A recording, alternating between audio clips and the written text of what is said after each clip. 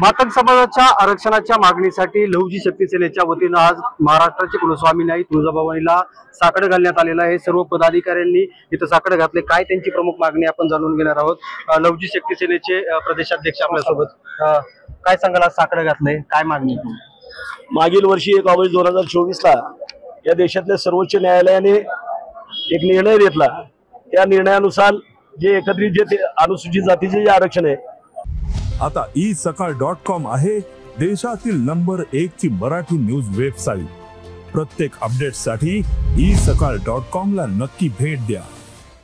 त्या एकत्रित आरक्षणाच्या वर्गवारीला त्यांनी या ठिकाणी मंजुरी दिली आणि त्या पद्धतीने सर्व राज्यांनी तो अधिकार त्यांना देण्यात आल्यानंतर देशामध्ये आम्ही पाहतो की देशातल्या इतर राज्यामध्ये हा निर्णय लागू झाल्यापासून जवळजवळ 5 राज्यामध्ये या ठिकाणी त्या निर्णयाची अंमलबजावणी सुरू आहे। त्याच्यामध्ये पंजाब असेल, हरियाणा असेल, कर्नाटक असेल किंवा तेलंगणा असेल इत्यादी राज्यामध्ये देखील या उपवर्गीकरण सुरू झालेलं असताना काल परवा जन्माला आलेलं तेलंगणा राज्य, त्या राज्याने देखील 14 एप्रिल 2025 ला ऐतिहासिक हा निर्णयाची त्या ठिकाणी अंमलबजावणी केलेली आहे।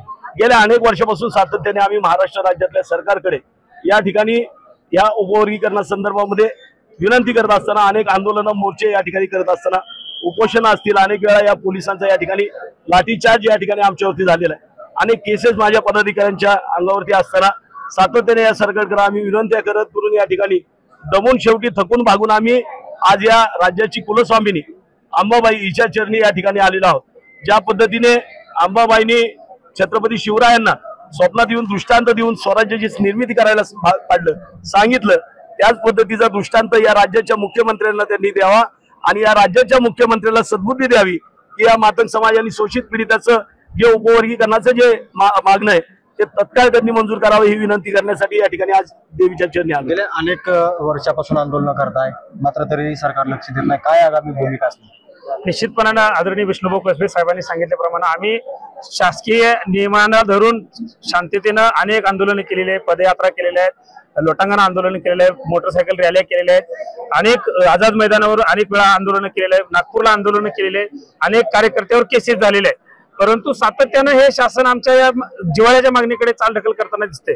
यापुढेच आमचं लहुजी शक्ती सेनेचं आंदोलन हे आगळाने वेगळं राहणार आहे। निश्चितपणानं आम्ही एकीकडे बघायला गेलं तर हिंदू धर्मामध्ये आम्हाला देवळामध्ये मारलं जातं, मशानभूमीमध्ये पुरलं जात नाही, जीव जात नाही, आणि इकडे दलितांमध्ये गेलं तर आम्हाला आमच्या हक्काचं वर्गीकरण आम्ही मागत असताना आमच्यातले दलित मधले काही नेते त्याला विरोध करतात। मग आम्ही नेमकं हिंदू म्हणून राहायचं का दलित म्हणून राहायचं? मग आम्हाला हा हिंदू धर्म पण नको आणि दलित वर्गात बी नको, आम्ही ओपन कॅटेगरीमध्ये राहिलेलं काय अडचण आहे? म्हणून आम्ही हे दोन्ही सोडून आम्ही एक वेगळा धर्म स्वीकारण्याच्या आम्ही तयारीमध्ये। आदरणीय विष्णुभाऊ कसबे साहेब आम्हाला ज्यावेळेस आदेश देतील मग आमच्या पुढे पर्याय असेल मुस्लिम धर्म स्वीकारण्याचा असेल, आमच्या पुढे पर्याय असेल ख्रिश्चन धर्म स्वीकारण्याचा। सहभागी झाला, काय मागणी असणार आहे? कशासाठी आंदोलन? अबकड आरक्षण उपवर्गीकरण झालं पाहिजे, तात्काळ झालं पाहिजे।